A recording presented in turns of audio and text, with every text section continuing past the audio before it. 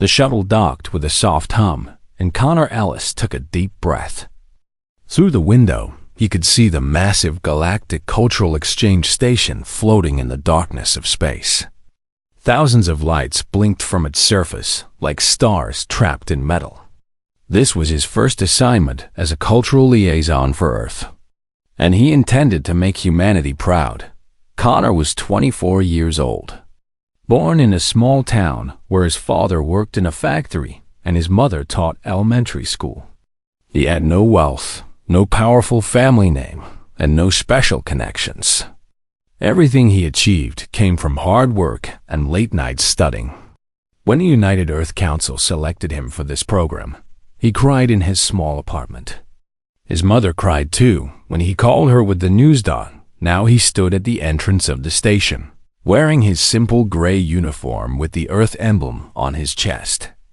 Other species walked past him, some tall with scales, others small with many eyes. A few glanced at him with curiosity. Humans were still new to the galactic community, having only achieved faster than light travel 50 years ago. Most ancient species saw them as children playing in an adult world. Connor did not mind. He believed that respect was earned through actions, not age. A protocol officer, a thin being with blue skin and 4 arms, approached him with a data pad. Human Representative Connor Ellis, you have been assigned as guide and partner to Princess Velara Thurin of the Ashrani Empire for the duration of the 3-month exchange program. Connor nodded politely. I am honored. When do I meet her? She waits in the reception hall. I must warn you, the Ashrani are an old and proud species. They ruled 100 star systems before your ancestors discovered fire. The princess is young by their standards, only 19 cycles, but she carries the weight of her bloodline. I understand, Connor said. I will treat her with respect. The protocol officer made a sound that might have been a laugh. Good luck, human. Connor walked through the curved corridors until he reached the reception hall. It was a grand space with high ceilings and walls that displayed images of different homeworlds. Dozens of young delegates from across the galaxy stood in groups, talking and laughing. Connor spotted the Ashrani immediately. Princess Velara stood apart from everyone else. She was tall and slender, with pale silver skin that seemed to glow under the lights. Her hair was long and white, falling past her shoulders like liquid moonlight. Her eyes were large and violet, and they held the cold confidence of someone who had never been told no in her entire life. 2 guards in golden armor stood behind her, silent and watchful. Connor approached her with a warm smile. Princess Velara, my name is Connor Ellis. I am honored to be your guide during the exchange program. I hope we can learn much from each other. He extended his hand in the traditional human greeting. Velara looked at his hand like he had offered her garbage. She did not move. Her violet eyes traveled slowly from his hand to his face, and her expression shifted to something between disgust and amusement. You are the human, she said. Her voice was musical but cold. I was told your species had finally crawled out of your little planet. I did not expect them to send someone so plain. Connor lowered his hand but kept his smile. I am just a regular person, Princess. But I believe regular people can do extraordinary things. How charming, Velara said without any warmth. Your species believes in many foolish things. You have been traveling the stars for barely a heartbeat. My ancestors built empires, while yours were still living in caves and hitting each other with rocks. The words stung, but Connor did not let it show. Every species has to start somewhere. We are proud of how far we have come. Proud? Velara laughed, and it was not a kind sound. Your kind should be humble. You exist in this galaxy because stronger species allow it. Remember that, human. She turned and walked away without another word. Her guards followed in silence. Connor stood alone in the reception hall, feeling the eyes of other delegates on him. Some looked at him with pity. Others whispered among themselves, Connor took a slow breath and followed the princess at a respectful distance. Over the next few days, Connor tried his best to connect with Velara. He showed her presentations about Earth, its history, its art, its music. He spoke about human struggles and triumphs, about how his species had learned from its mistakes and continued to grow. He treated her with patience and kindness, even when she gave him nothing in return. Velara mocked everything he showed her. She called human music noise made by animals. She said human art looked like something children would create. When Connor explained how humans had cured diseases that once killed millions, she laughed and said it was cute that such a fragile species tried so hard to survive. Connor never raised his voice. He never argued. He simply continued doing his job. That the welcome dinner came at the end of the first week. All the delegates gathered in a beautiful hall filled with food from 100 worlds. Connor stood before the group to give a short presentation about human culture. He had worked on it for days, wanting to show the best of what his people had to offer. He spoke about human compassion, about how strangers helped each other during disasters, about the music that made people cry and laugh and dance. He played a recording of a human orchestra, the sound filling the hall with beauty. When the music ended, Velara clapped slowly. The sound echoed in the silence. "How touching," she said loudly. "The little humans make noise and call it art. Tell me, human, do your people also teach their pets to perform tricks?" Laughter came from a few corners of the room, but most delegates looked uncomfortable. Connor stood at the podium, his presentation forgotten. He looked at Velara for a long moment. Then he smiled sadly, bowed his head slightly, and said, "Thank you all for listening." He walked out of the hall without another word. Behind him, Velara watched with a satisfied smirk, unaware that she had just made the biggest mistake of her young life. The station continued its daily routines. Delegates attended meetings, shared knowledge, and built connections that would last for generations. The exchange program moved forward as it always did. But something had changed, and everyone felt it. Velara was assigned a new human liaison, a woman named Patricia Cole. Patricia was efficient and professional. She answered questions directly and provided whatever information was requested. But she never smiled at Velara. She never tried to share stories about Earth or explain human culture. She treated the princess like a task to be completed. Nothing more. At first, Velara told herself this was better. She did not need a human trying to befriend her. She was a princess of the Asrani Empire. But as the days passed, she noticed something strange. The silence felt heavy. The coldness felt wrong. She also noticed that other delegates had changed how they treated her. The Velthari elder, Ambassador Korath, no longer invited her to philosophical discussions. The Kreth representatives gave her short answers and walked away quickly. Even members of her own Ashrani delegation seemed uncomfortable around her. Meanwhile, Connor was thriving. He had been reassigned to work with the Velthari delegation, and he fit in perfectly. The Velthari were ancient beings who valued wisdom, patience, and kindness. They saw something special in the young human who had chosen dignity over conflict. Ambassador Korath, a being with gray skin and eyes that held centuries of knowledge, called Connor to his quarters one evening. "Sit, young human," Korath said, gesturing to a cushion on the floor. "I wish to understand something." Connor sat down respectfully. "Of course, Ambassador. How can I help?" "I watched what happened with the Ashrani princess," Korath said slowly. "I saw how she treated you, and I saw how you responded. Most beings in your position would have fought back or complained to authorities. You simply walked away. Why?" Connor thought for a moment before answering. "I cannot control how others treat me, Ambassador. I can only control how I respond. Fighting with her would have changed nothing. It would have made us both smaller. Walking away let me keep my dignity intact." Korath nodded slowly. The Ashrani conquered my people once, many centuries ago. They ruled us for 200 years before we earned our freedom. In all that time, they never learned anything from us. They saw only weakness to exploit, never wisdom to respect. He leaned forward slightly. But you, young human, from a species that has only traveled the stars for a single lifetime, you understand something the Ashrani have forgotten.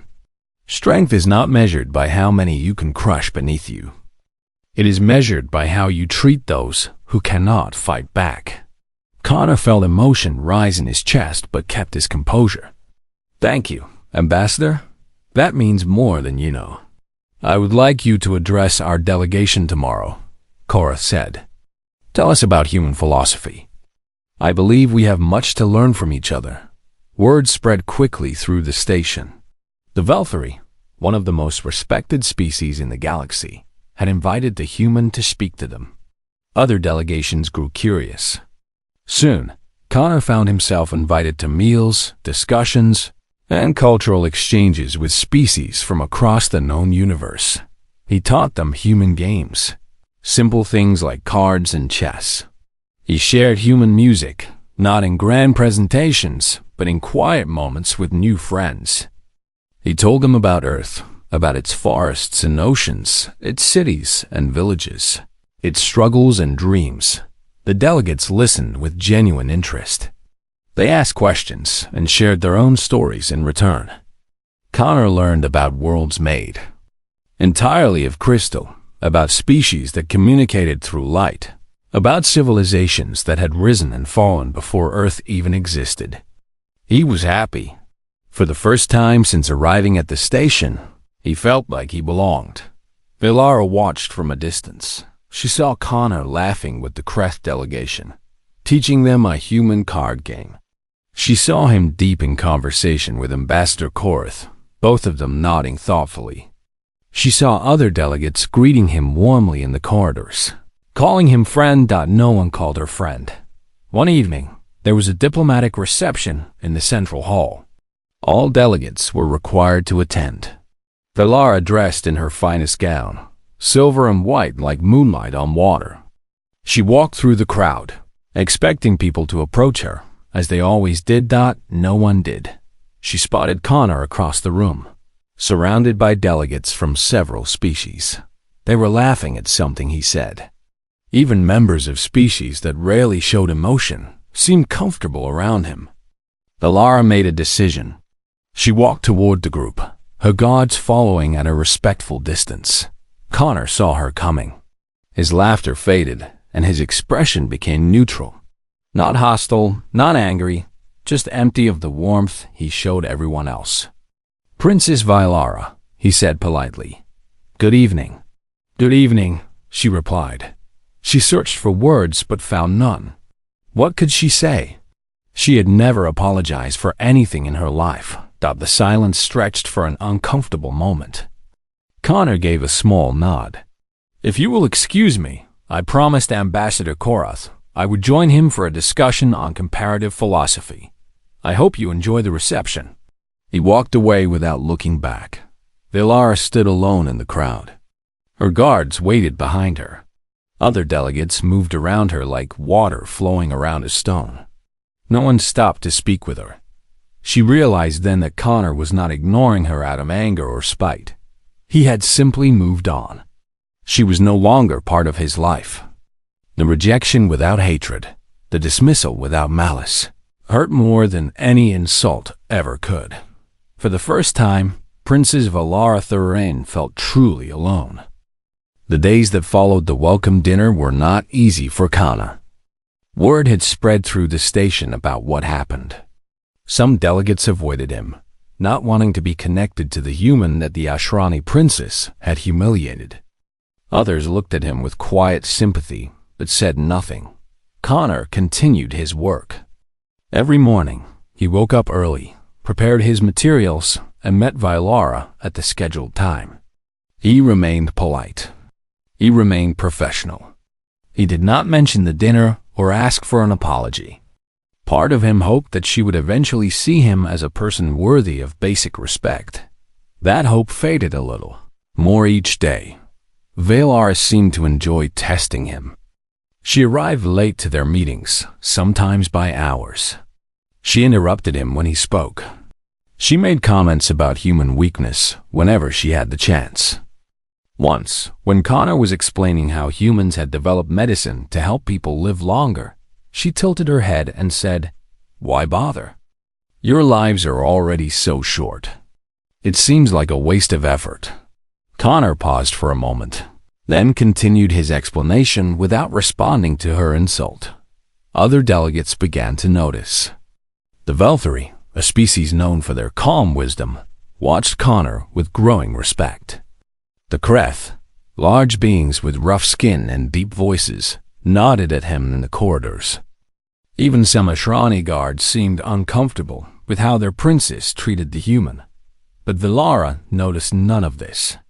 She had grown up in a palace where everyone agreed with her.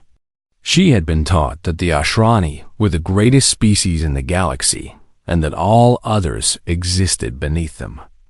A human showing patience and dignity did not fit into her understanding of the universe, so she simply pushed harder. 3 weeks into the program, Connor prepared a special presentation. He had worked on it during his rest hours, sacrificing sleep to make it perfect. The presentation was about human medical advances, specifically about how human doctors had learned to cure diseases, repair damaged bodies, and give hope to people who had none. He set up the display in the main conference room. Several delegates gathered to watch, curious about what the human would show them. Valara sat in the front row, her expression already bored. Connor began speaking. He showed images of human hospitals, of doctors working through the night, of children who had been saved by new treatments. He explained how humans shared their medical knowledge freely with other species, asking nothing in return. Halfway through, Valara raised her hand. Connor stopped. "Yes, Princess? I have a question," she said sweetly. "If humans are so good at medicine, why do you still die so easily? One of your kind lives, what, 80 years? 90? My grandmother is 400 years old and still dances at royal celebrations." Quiet murmurs spread through the room. Connor kept his voice steady. "Human lives may be shorter, but we believe that the length of a life matters less than what you do with it. We try to fill our years with meaning." Valara laughed. "Meaning? How precious. You work so hard to extend your tiny lives by a few years, and you call it progress. My people mastered immortality technologies before your species learned to write. Everything you show us, we did better thousands of years ago." She stood up and addressed the room. "This is what happens when you let primitive species into galactic society. They show us things we already have and expect us to applaud like they invented fire." Connor stood silent at the podium. His presentation flickered on the screen behind him, showing an image of a human child smiling after successful surgery. Valara was not finished. She walked toward him slowly, her guards following. She stopped just a few feet away and looked down at him with cold violet eyes. "Let me give you some advice, human," she said. "Your species exists because the Ashrani and other great powers allow it. You should be grateful that a princess of my standing even speaks to you. Perhaps your people should learn to kneel before their betters. It might help you survive longer in this galaxy." The room was completely silent. Every delegate watched. Some looked angry on Connor's behalf. Others simply waited to see what would happen. Connor looked at Valara for a long moment. His face showed no anger, no hatred, no desire for revenge. There was only a quiet sadness, like a man watching something break that could never be fixed. Then he spoke, his voice calm and clear. "I wish you well, Princess, but I will no longer be your guide." He reached up and removed the cultural liaison badge from his chest. He placed it gently on the podium next to the controls for his presentation. Then he turned and walked toward the door. Valara blinked. This was not what she expected. She expected him to apologize, to beg for forgiveness, to promise to do better. That was what everyone did when she was displeased. "Where do you think you are going?" she demanded. "I did not give you permission to leave." Connor stopped at the door. He did not turn around. "You do not need to give me permission, Princess. I am not your servant. I am a representative of Earth, and I deserve to be treated with basic dignity. Since that is not possible here, I will find somewhere else to serve." He walked out of the room. Velara stood frozen, her mouth slightly open. The guards looked at each other uncertainly. The other delegates remained silent, but Connor could feel their eyes on his back as he left. He went straight to the administrative office and filed a formal request for reassignment. The protocol officer looked surprised but processed the request without question. By the end of the day, Connor was no longer assigned to Princess Velara Thuron. That night, Velara waited for him to come back and apologize. He never did. She sent a message demanding he return to his duties. He did not respond. She complained to the station administrators, but they told her that liaison assignments were voluntary and could not be forced. For the first time in her 19 years of life, someone had simply walked away from her, and she had no idea what to do about it. The alarm came without warning. Connor was in the Velthary quarters, discussing ancient Earth philosophy with Ambassador Korath, when the station shook violently. Red lights flashed across every corridor. A mechanical voice announced that a reactor malfunction had occurred in Section 7. All personnel were ordered to evacuate immediately. Connor ran toward the central command area, where station officers were already working frantically at their consoles. Screens showed images of Section 7, where flames and smoke poured from damaged walls. The reactor core was overheating, and if it was not stabilized within the hour, the entire section would explode. How many are trapped inside? Connor asked an officer. 17 delegates and 8 staff members, the officer replied, his voice tight with fear. The emergency doors sealed automatically. We cannot open them without risking the fire spreading to the rest of the station. Can you send a rescue team? The officer shook his head. The radiation levels are too high for most species. The Ashrani security team calculated the risks and determined that a rescue attempt would result in more deaths than it would save. Connor looked at the screen. Names scrolled across the bottom, listing those trapped inside. His heart stopped when he saw one name near the top of the list, Princess Velara Thorn. He did not hesitate. "Give me an environment suit. I am going in." The officer stared at him. "Human? The radiation in there would kill most beings in minutes. Even with a suit, you would be exposed to dangerous levels." "Humans evolved on Earth," Connor said calmly.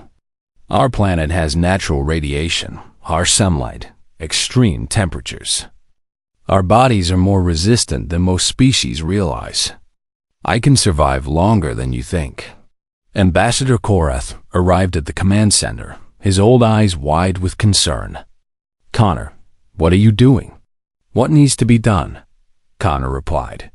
He pulled on the environment suit that an officer handed him. "Someone has to help them." "The Ashrani decided the risk was too great," Korath said quietly.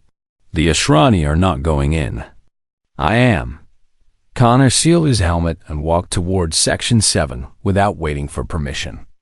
Behind him, he heard the officer reporting the station command that the human representative had entered the danger zone. The corridor to Section 7 was filled with smoke and heat. Connor pushed through, his suit protecting him from the worst of it. Warning indicators flashed on his helmet display, showing radiation levels climbing higher with every step. He ignored them. He found the first group of trapped delegates in a storage room. 3 Kreth and 2 Velthary huddled against the far wall, their faces showing fear and despair. When they saw Connor enter, their expressions changed to shock. "Human?" One of the Kreth rumbled. "What are you doing here?" "Getting you out," Connor said, Follow me. Stay close to the walls where the radiation is lower. He led them through a series of maintenance tunnels that bypassed the sealed emergency doors. One by one, he guided them to safety. Then he went back for more. The heat was becoming unbearable. Connor's suit reported that his internal temperature was rising toward dangerous levels. His vision blurred at the edges, but he kept moving. He found Velara in a conference room with several other delegates. The room was filling with smoke, and the princess was trying to keep everyone calm. When she saw Connor push through the door, her violet eyes went wide. "You," she whispered. "Everyone follow me," Connor commanded. "There's a path through the maintenance tunnels. We need to move now." Velara stared at him. "Why are you here? After everything I said to you? After everything I did? Why would you risk your life for me?" Connor met her eyes. For a moment, the universe seemed to pause. "Because it is the right thing to do," he said simply. "Now move. We do not have much time." He led the group through the burning corridors. The heat pressed against them from all sides. Sparks flew from damaged power conduits. The floor shook as small explosions echoed through the station. Connor stayed at the back of the group, making sure no one fell behind. When a young delegate stumbled, he lifted them onto his shoulder and kept running. When debris blocked their path, he cleared it with his bare hands, ignoring the pain that shot through his body. They reached the safe zone just as the emergency teams finally managed to stabilize the reactor. Medical personnel rushed forward to treat the survivors. Connor collapsed against a wall, his suit cracked and scorched, his body pushed beyond its limits. Velara stood a few feet away, watching him. Her gown was ruined, her perfect hair tangled with ash and smoke. But she did not care about any of that. She could not stop looking at the human who had risked everything to save her. A medic approached Connor and helped him remove his damaged helmet. His face was pale and covered in sweat. Burns marked his arms where the suit had failed. But he was alive. "You saved 25 people," the medic said with amazement. "No other species on this station could have survived those conditions." Connor managed a weak smile. "Humans are stubborn. It is one of our better qualities." Velara tried to approach him, but medical teams surrounded him and carried him away to the treatment center. She watched him go, her heart heavy with emotions she did not understand. Later, she requested the security recordings from Section 7. She watched Connor enter the flames without hesitation. She watched him carry delegates who could not walk. She watched him return again and again, even as his suit failed and his body began to break down. He had saved everyone, including the princess who had called his species primitive animals. Velara sat alone in her quarters. The recording paused on an image of Connor helping a Velthari elder through a burning corridor. His face showed no fear, no resentment, no calculation of what he might gain from his actions. He had helped because he chose to help. Nothing more, nothing less. For the first time in her life, Princess Velara Thurin understood what true strength looked like. And she wept. Connor spent 3 days in the medical center. The radiation damage was significant, and his burns required advanced treatment. Delegates from across the station sent messages wishing him well. The Velthari brought traditional healing gifts. The Kreth stood guard outside his room, claiming it was an honor to protect someone so brave. Velara came to the medical center every day. She stood outside his room, unable to enter, watching through the window as doctors worked to heal him. Her guards asked if she wanted to go inside. She always said no and walked away. She did not know what to say. Every word she had ever spoken to him felt like poison in her memory. She had called his species primitive. She had said they existed only because stronger species allowed it. She had told him to kneel down, and he had carried her through fire. On the 4th day, Connor was released from the medical center. His arms were still bandaged, and he moved carefully. but the doctor said he would make a full recovery. Humans healed faster than most species expected. He returned to his quarters and began packing his belongings. The exchange program was ending in a week, and he had already arranged transport back to Earth. He had made good memories here despite everything, and he was ready to go home. A knock came at his door. Connor opened it and found Valara standing in the corridor, alone. No guards, no attendants, no royal dignity. Just a 19-year-old girl with tired eyes and trembling hands. "May I come in?" she asked quietly. Connor stepped aside without a word. Valara entered his small quarters and looked around. The room was simple, nothing like the luxury she was accustomed to. A bed, a desk, a chair, a window showing the stars. On the desk sat a small wooden carving of Earth, a gift he had brought from home. She did not know where to begin. She had never apologized to anyone for anything. In her world, princesses did not admit mistakes. They simply expected others to forget. But she could not forget. And she knew he would not either. "I watched the recordings," she said finally. Her voice was barely above a whisper. "I watched you go into the fire. I watched you save everyone. I watched you save me." Connor sat down on the edge of his bed, his bandaged arms resting on his knees. He did not interrupt. "I have been trying to understand," Valara continued. "You had every reason to let me die. After everything I said, after every insult, every humiliation, you could have stayed safe, and no one would have blamed you. But you came anyway. Why?" Connor looked at her for a long moment. His eyes held no anger, no resentment, no satisfaction at seeing her brought low. There was only a quiet sadness, the same look he had worn the night he walked away from her. "Because your life has value," he said simply. "Not because of your title or your empire. Because you are a living being who deserves a chance to become better than you were." Valara felt tears building in her eyes. She fought them, but they came anyway. "I do not deserve your kindness," she whispered.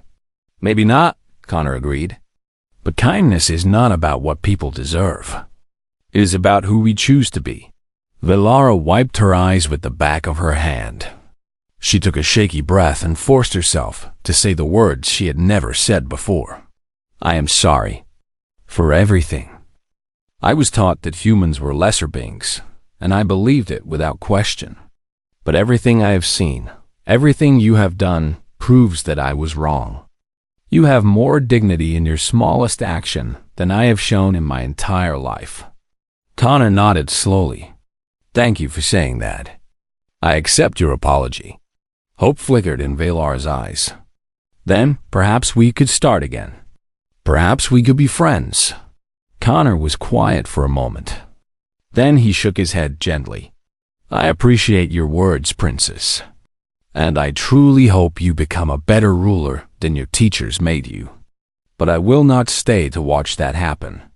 I am going home." The hope faded from Valara's face. "You will not forgive me." "I have forgiven you," Connor said.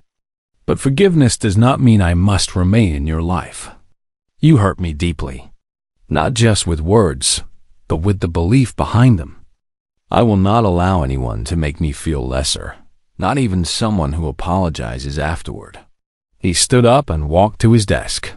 He picked up the small wooden carving of Earth and looked at it for a moment. Then he turned and held it out to her. "Take this," he said.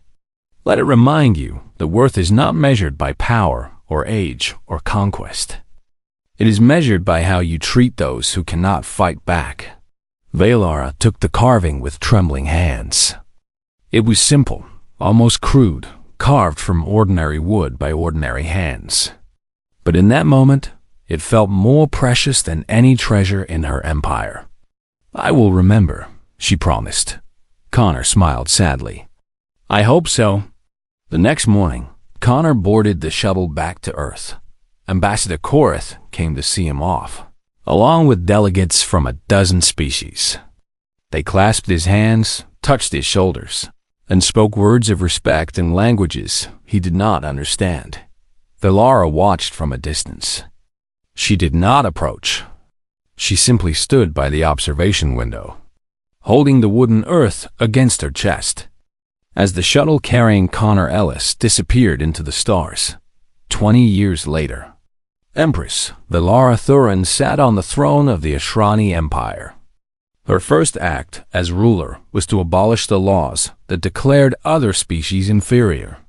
Her second act was to establish the Connor Ellis Foundation, dedicated to cultural exchange and mutual respect between all beings, taught in her private study, away from the grand halls and political chambers. She kept a simple wooden carving on her desk. Visitors sometimes asked about it. She always smiled and said it was a gift from a teacher. On Earth, Connor Ellis lived a quiet life. He married, had children, and told them stories about the stars. He never knew that an alien princess had named foundations after him. He never knew that his simple act of dignity had changed an empire. One evening, his young niece asked him why he was always kind to people, even when they were mean to him. Connor thought for a moment, then smiled. Because kindness is not about what people deserve, he said. It is about who we choose to be. And I choose to be someone who never looks back with regret. His niece did not fully understand. But years later, when she faced her own difficult choices, she remembered his words, and she chose wisely.